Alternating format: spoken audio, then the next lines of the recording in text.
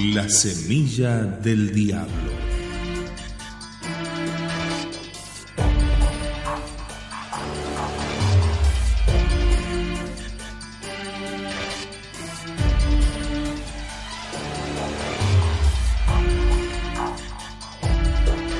La cordial bienvenida para nuestros escuchas de Radio Cristiandad en este espacio denominado La Semilla del Diablo, en donde vamos viendo cómo justamente el diablo se preocupó en ir sembrando la discordia, las enemistades, en ir poniéndole tropiezos a la Iglesia de Cristo desde el momento mismo en que fue marcada, en que fue creada por Jesucristo. Hemos visto ya en este devenir histórico lo que acontecía con la iglesia primitiva, con la iglesia apostólica y las persecuciones romanas, luego ya la aparición de las grandes herejías cristológicas, entre ellas el arrianismo, y ahora vamos a ver justamente, hablando del arrianismo en esta otra época en que estamos insertos, que es la invasión de los bárbaros, cómo los bárbaros eran arrianos. Este es un dato que no podemos preterir. Es que los bárbaros que invadían o se instalaban en el imperio no eran en su mayoría paganos, sino que eran arrianos. Su conversión al arrianismo se debió sobre todo a la predicación de un extraño personaje llamado Wulfila o Wulflane, grecizado como Ulfilas. ¿Quién era este Ulfilas? Al parecer sus abuelos provenían de Capadocia, aquella provincia tan sólidamente cristiana del Asia Menor, donde ejercieron su labor pastoral los obispos San Gregorio de Nisa, San Gregorio de Nacianzo y San Basilio. Educado en el catolicismo, decidió ser sacerdote, Ulfilas, si bien acabó por adherirse al arrianismo durante una de las temporadas que pasó en Constantinopla. Allí fue entonces cuando Eusebio de Nicomedia, a quien nos hemos referido anteriormente, lo consagró para ser obispo de los godos, quizás en el transcurso del sínodo de Antioquía en el año 341. Destinado a Nicópolis, en la actual Bulgaria, se entregó por entero la conversión de los bárbaros, pero naturalmente los convirtió al arrianismo. Ulfilas era un hombre muy inteligente y muy culto.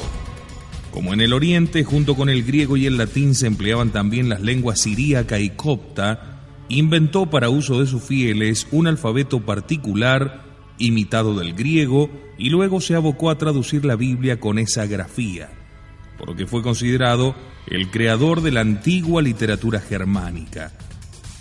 Dicha traducción gozó en su momento del pleno reconocimiento de San Jerónimo y de San Juan Crisóstomo. El credo de Ulfilas respondía a la doctrina de Rímini, que a su vez se basaba en las formulaciones de Sirmio y de Antioquía, reduciendo los principios del cristianismo a esquemas muy sencillos que excluían toda dogmática. Con el afán de adaptarse a la psicología de los bárbaros, trató de resaltar aquellos aspectos de la verdad evangélica que podían fundar una moral de fuerza, de energía, de heroísmo. Asimismo, elaboró una liturgia adaptada a aquellos rudos soldados, apta para exaltar su mística guerrera. La misa se celebraba en horas nocturnas, muy a menudo en los bosques. Allí las voces roncas de los coros germánicos se iluminaban con las llamas de las antorchas.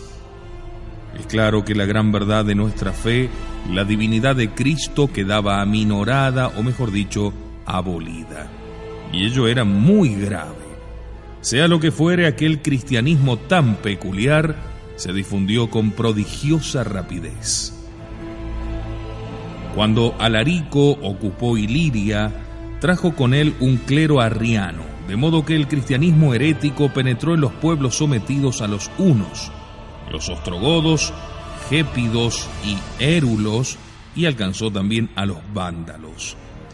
Luego, cuando los visigodos le pidieron a Valente, el emperador arriano, que los recibiera en el Imperio Romano, este le señaló como residencia la zona de Tracia. Les puso como condición que les sirvieran a título de mercenarios y que aceptasen el arrianismo. De este modo, la mayor parte de los visigodos abrazaron la secta arriana. Otras tribus emparentadas con los germanos, como los suevos y los alanos, siguieron el mismo camino, pero entre ellos los católicos gozaron de consideración.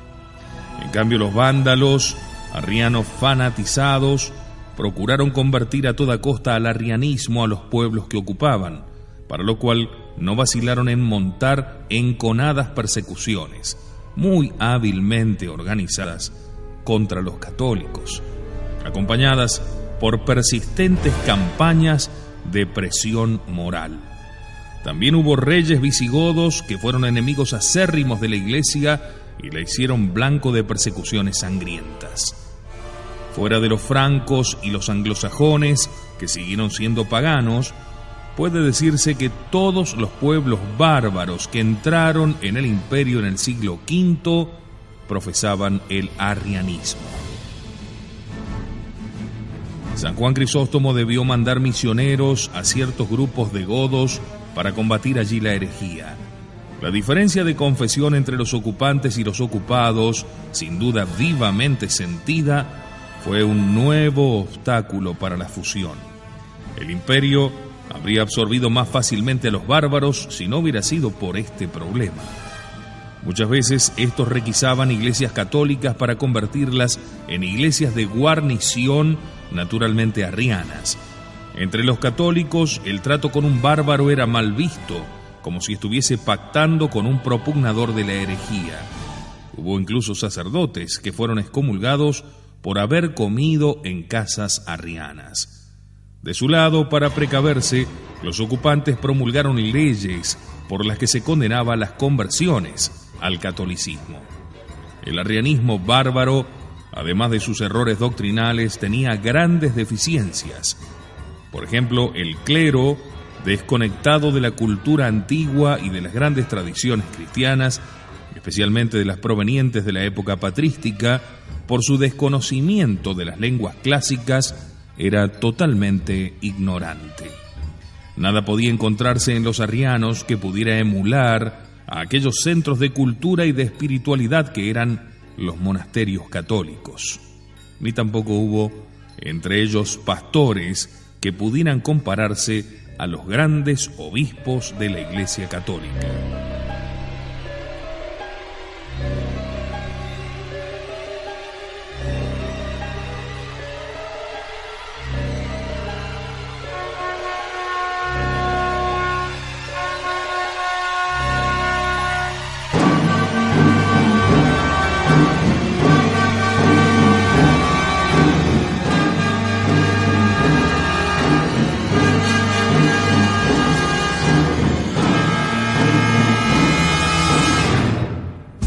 ¿Cómo miraban los romanos, tanto paganos como cristianos, a los bárbaros?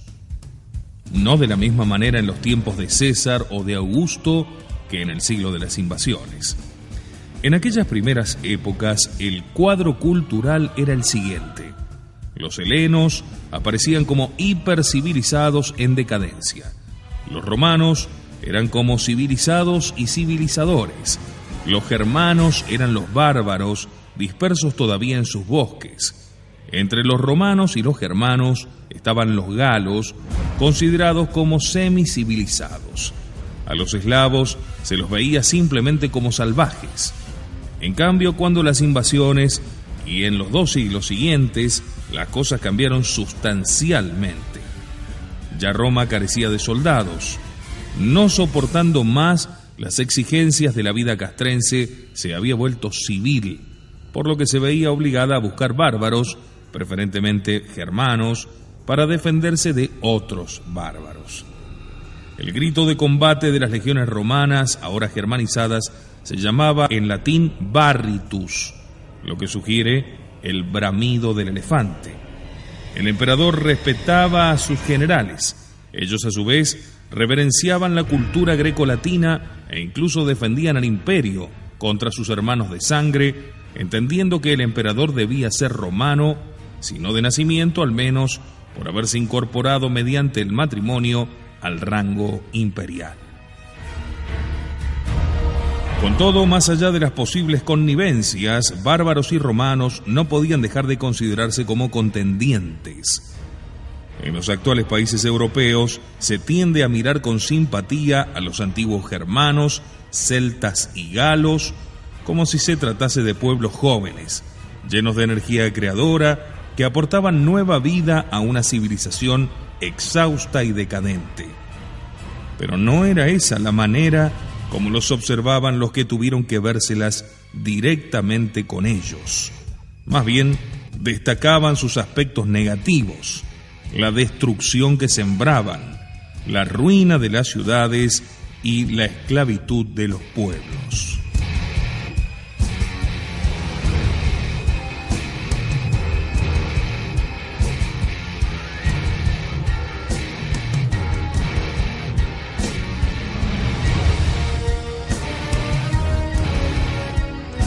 El propio San Gregorio Magno nos habla de prisioneros atados por el cuello como perros y llevados a la esclavitud, también de campesinos mutilados, de ciudades hambrientas y despobladas, que hay susceptible de agradarnos en este mundo.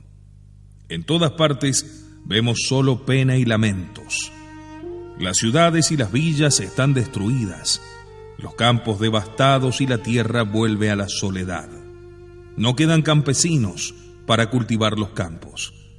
Pocos habitantes permanecen en las ciudades y aún esos escasos restos de humanidad siguen expuestos a sufrimientos incesantes. Algunos son llevados al cautiverio, otros mutilados y otros, más numerosos, degollados ante nuestros ojos.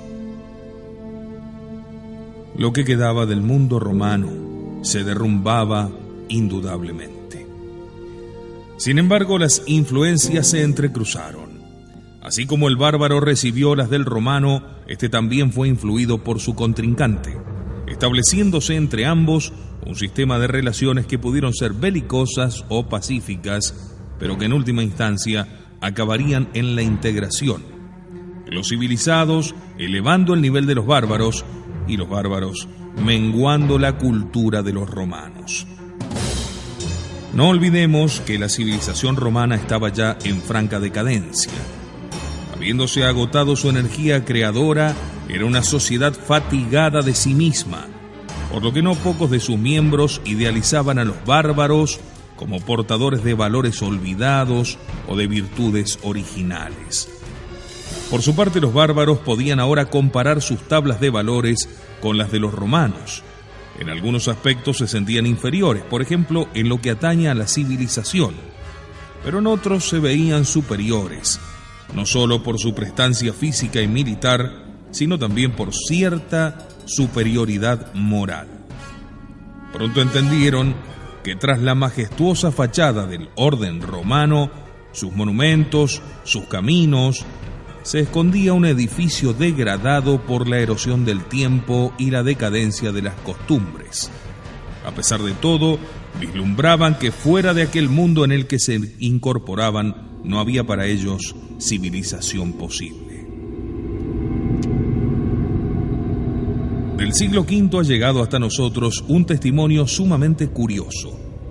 Proviene de Salviano, un sacerdote de Marsella, es decir, de la Galia romana, quien, admirando las virtudes de los bárbaros, no dudó en cubrirlos de elogios, como si fueran superiores a los romanos, incluidos los romanos católicos.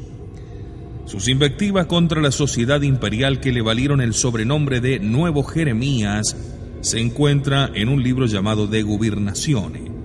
Dicha obra ha sido comparada con el De Civitate Dei de San Agustín. Es claro que las diferencias son grandes.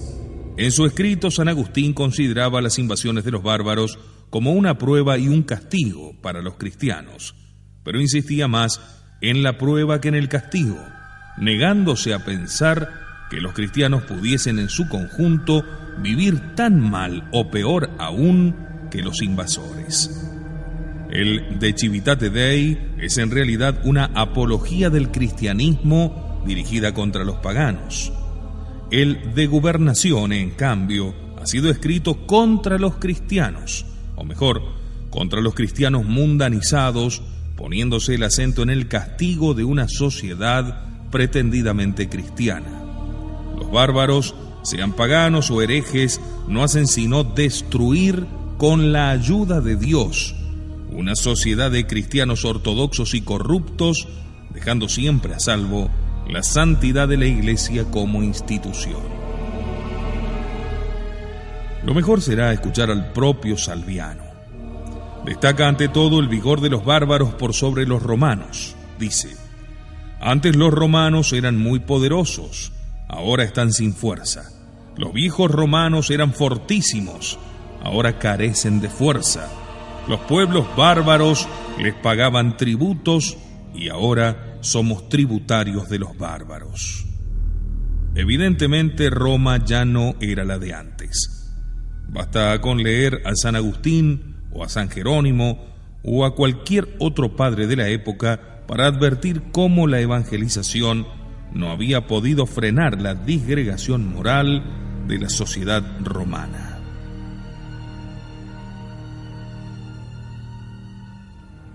Desde las clases altas que vivían en el ocio y el vacuo refinamiento, sedas de oriente, perfumes, anillos en todos los dedos, hasta el pueblo sencillo que pasaba horas en los circos, los juegos u otras diversiones, poco había digno de elogio ya en la sociedad romana. Nada digamos de la decadencia de las costumbres, el divorcio, la prostitución masculina o femenina, las prácticas contra la natalidad.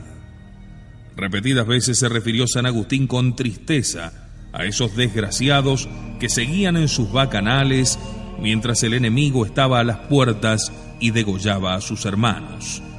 En verdad, aquella sociedad de comienzos del siglo V era un mundo de cabellos blancos, según la atinada frase de San Euquerio, obispo de Lyon.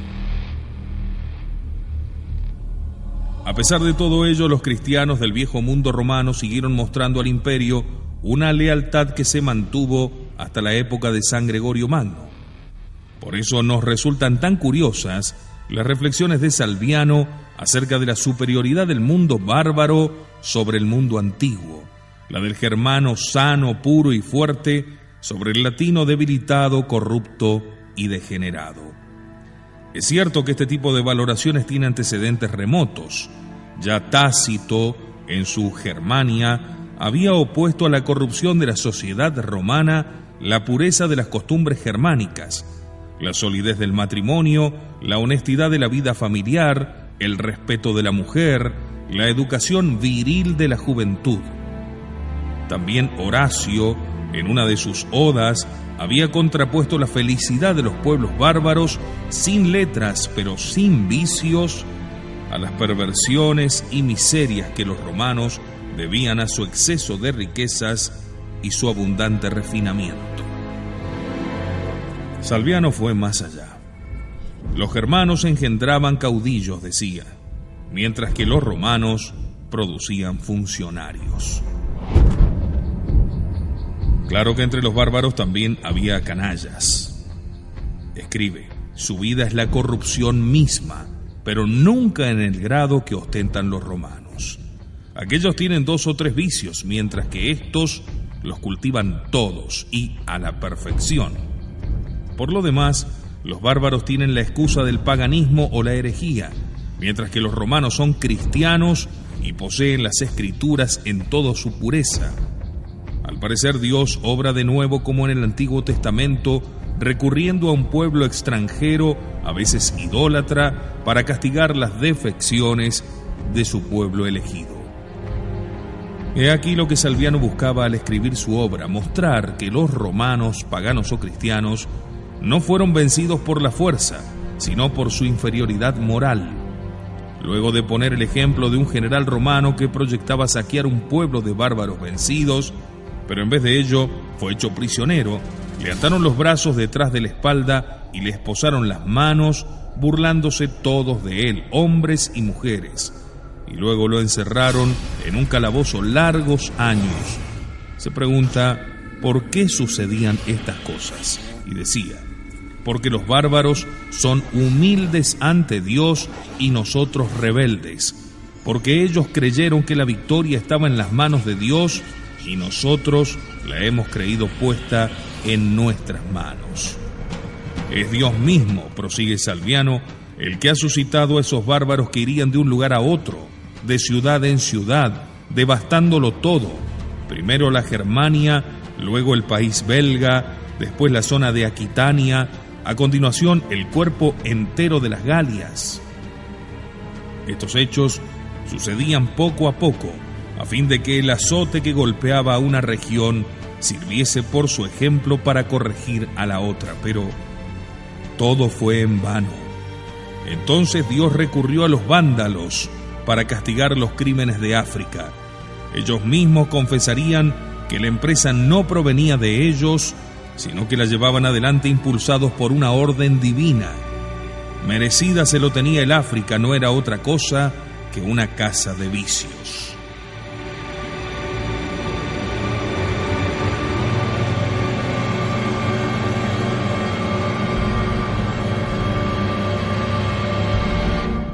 Cartago, la otra Roma, reina y madre de todas las ciudades africanas, rival eterna de la antigua capital del imperio, con todo su aparato de funcionarios, sus institutos de artes liberales y escuelas de filosofía, era en realidad una ciudad profundamente corrupta, rebosante de riqueza y de vicio.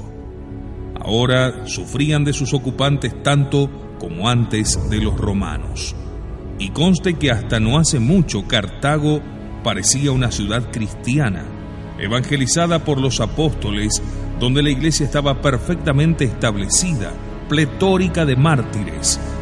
Pero en el presente su vergüenza llega hasta tal punto de que había hombres que pretendían ser mujeres, y ellos sin la menor sombra de pudor, sin ningún velo de vergüenza. Salviano lamenta también la decadencia de los mismos cristianos, la prolongada paz y prosperidad de que habían disfrutado casi sin contratiempo desde la paz de Constantino había suscitado en muchos de ellos una creciente flojedad en la vida cristiana.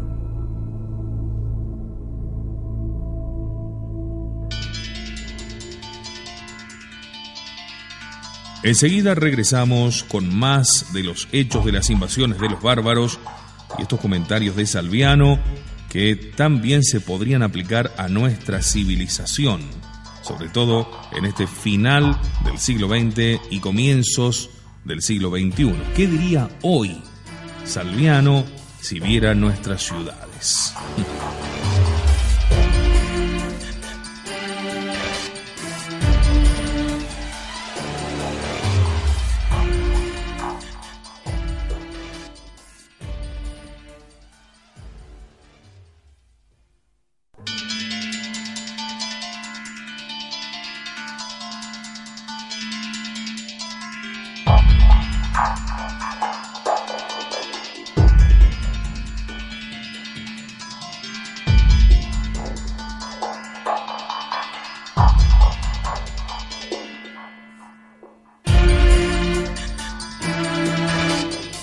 Continuamos aquí en La Semilla del Diablo compartiendo los dichos de Salviano, quien lamenta también la decadencia de los mismos cristianos, la prolongada paz y prosperidad de que habían disfrutado casi sin contratiempo desde la paz de Constantino había suscitado en muchos de ellos una creciente flojedad en su vida cristiana.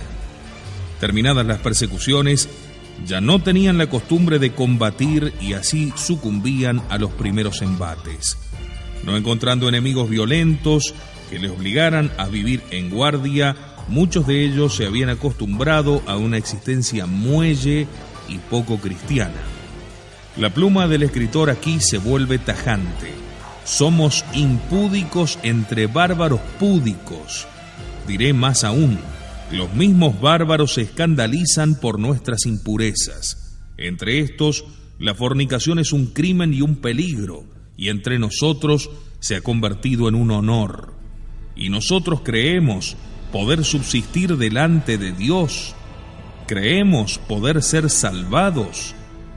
¿Cómo nos vamos a extrañar de que Dios entregue a los bárbaros nuestras tierras y que sean ellos quienes purifiquen hoy por la castidad estas provincias que los romanos han manchado por la fornicación?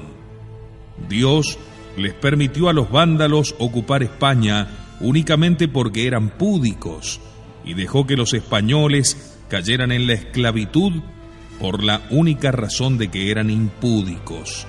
Debemos la derrota solamente a la impureza de nuestros vicios. Los visigodos y los vándalos, prosigue nuestro autor, se comportan así a pesar de la educación que han recibido de sus malos doctores, siendo de este modo mejores que nuestros compatriotas. Cuando están en peligro se dirigen a Dios y piden su asistencia, mientras que nosotros ponemos nuestra esperanza en los hunos contra los visigodos. Nuestras tropas marcharon contra los visigodos confiando en sus armas y en sus aliados. En cambio, los visigodos llevaban en sus filas el libro de la ley divina. Recordemos aquí que eran cristianos, aunque arrianos. Si alguno de los nuestros hubiera obrado así, se habrían burlado de él. ¿A qué viene entonces que nos llamemos católicos? ¿A qué que nos gloriemos de nuestra fe? ¿Por qué despreciar a los visigodos y a los vándalos, reprochándoles su herejía, cuando nosotros mismos vivimos en la depravación herética? No hay que extrañarse. Los romanos vencieron y reinaron cuando eran paganos, pero ahora que se hicieron cristianos, son vencidos y esclavizados.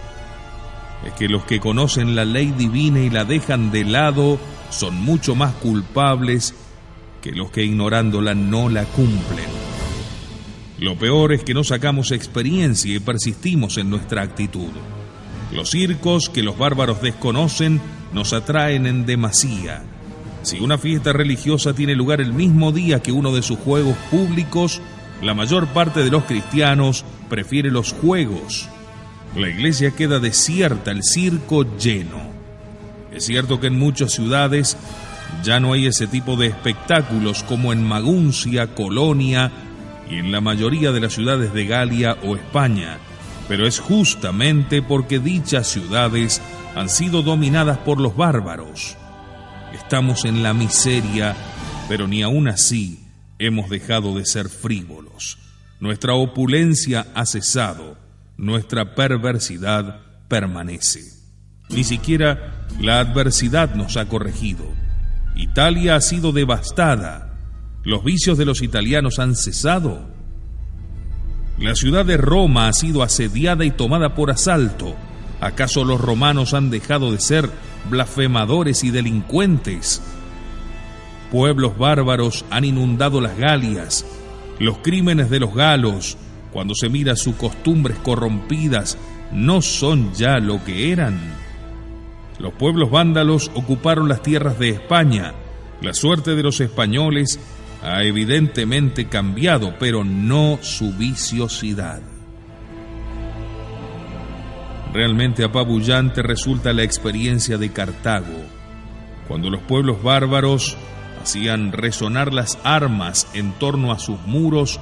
Los católicos de esa ciudad se entregaban al frenesí de circos y a la lujuria en los teatros. Mientras afuera algunos eran degollados, adentro se fornicaba. Afuera una parte del pueblo era cautiva de los enemigos, adentro otra parte continuaba cautiva de los vicios. Qué demencia estar en la desgracia y no tener la inteligencia de la desgracia. He ahí lo más grave, no tanto la aglomeración de desastres, cuanto el haber perdido el sentido de la inteligencia.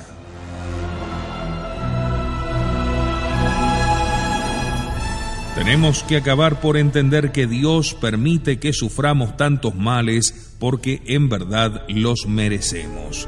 Muchos creen que no es así, y al pensar de ese modo se vuelven más culpables si cabe aún.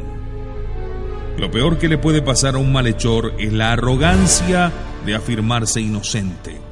Nosotros deberíamos ser mejores que los bárbaros y somos peores que ellos si no somos mejores, porque el simple hecho de que debemos ser mejores no queda definido.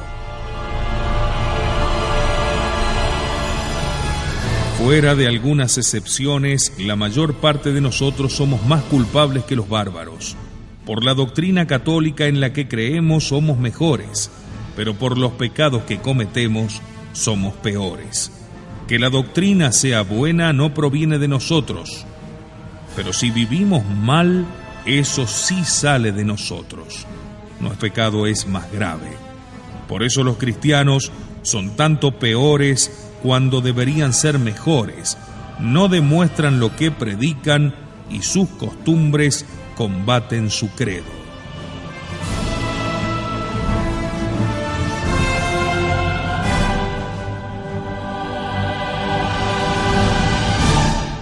Parece, en verdad, un retrato fiel de nuestra época, ¿no? Es cierto que no resulta desdeñable el hecho de que los bárbaros hayan sido engañados por la herejía arriana. Sus escritos han perdido la plenitud de la doctrina, la integridad de la fe. Solo nosotros tenemos las Sagradas Escrituras completas, intactas, enteras. Las bebemos en su misma fuente. Solo nosotros las leemos bien. Ellos son herejes, pero no lo saben. Se creen ortodoxos y nos llaman herejes a nosotros. Nosotros estamos convencidos de que injurian a la generación divina, creyendo que el Hijo es inferior al Padre. Pero de hecho, ellos pecan por culpa de sus doctores, nosotros en cambio por nuestra malicia. Por eso la paciencia de Dios soporta a los bárbaros mientras que a nosotros nos castiga. Sabemos lo que es bueno y no obramos el bien. Conocemos la distinción del bien y del mal y seguimos lo que es malo. Leemos la ley y pisoteamos sus preceptos.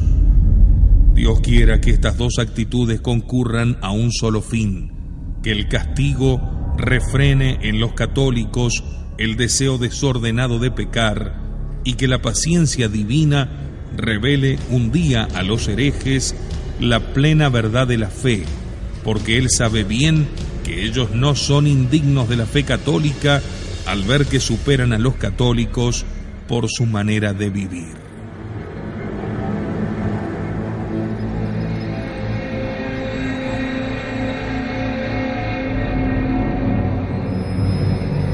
Sería realmente deplorable que no aprovechásemos el castigo que nos envía el Señor, que a dicho castigo no le siga ninguna enmienda.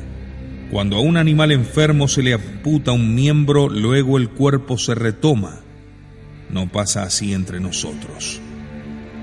Al parecer todo el pueblo romano está en cierta manera saturado de hierba sardónica, muere y ríe. ¿Qué significan estas extrañas palabras? La hierba a la que alude Salviano era un yuyo que los antiguos creían provenir de Cerdeña, por eso le llamaban sardónica. Tenía la característica de que suscitaba la risa hasta el punto de matar al que se reía. Literalmente se moría de la risa. Así, prosigue, en casi todas las partes del mundo, nuestras risas son seguidas de nuestras lágrimas. Y desde ahora se cumple para nosotros esta palabra de nuestro Señor: desgraciados de vosotros que reís, porque lloraréis.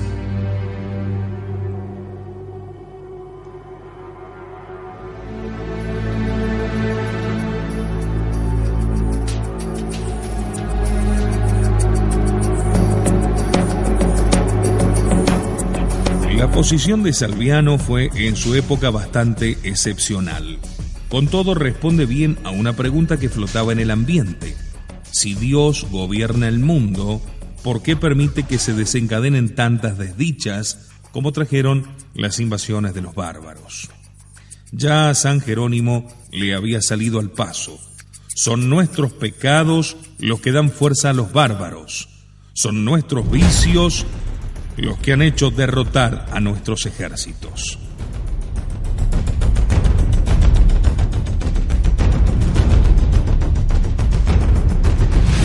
En base a esa misma percepción, Salviano, que había sido expulsado de su tierra por los vándalos, se indignaba al ver que sus contemporáneos no sacaban conclusiones de lo que estaba aconteciendo y lanzaba brulotes que no hubieran escandalizado a Blois o a Castellani.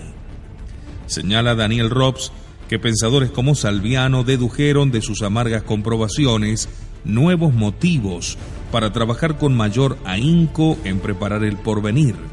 Comprendieron y dijeron que no se podría rehacer una sociedad que caminaba hacia la ruina si primero no se rehacía al hombre.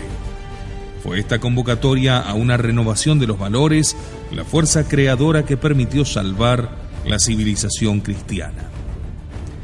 Nos hemos detenido bastante aquí en exponer el punto de vista de Salviano de Marsella, porque nos pareció sumamente adecuado a lo que acontece entre nosotros. En medio de la corrupción creciente y generalizada, seguimos propiciando el hedonismo, la democracia, la libertad ilimitada. En su ocaso, nuestra civilización se empeña en seguir promoviendo la farándula y hace de la promoción de casinos la nueva era, de las parejas gay su negocio y su fiesta de la inmanencia.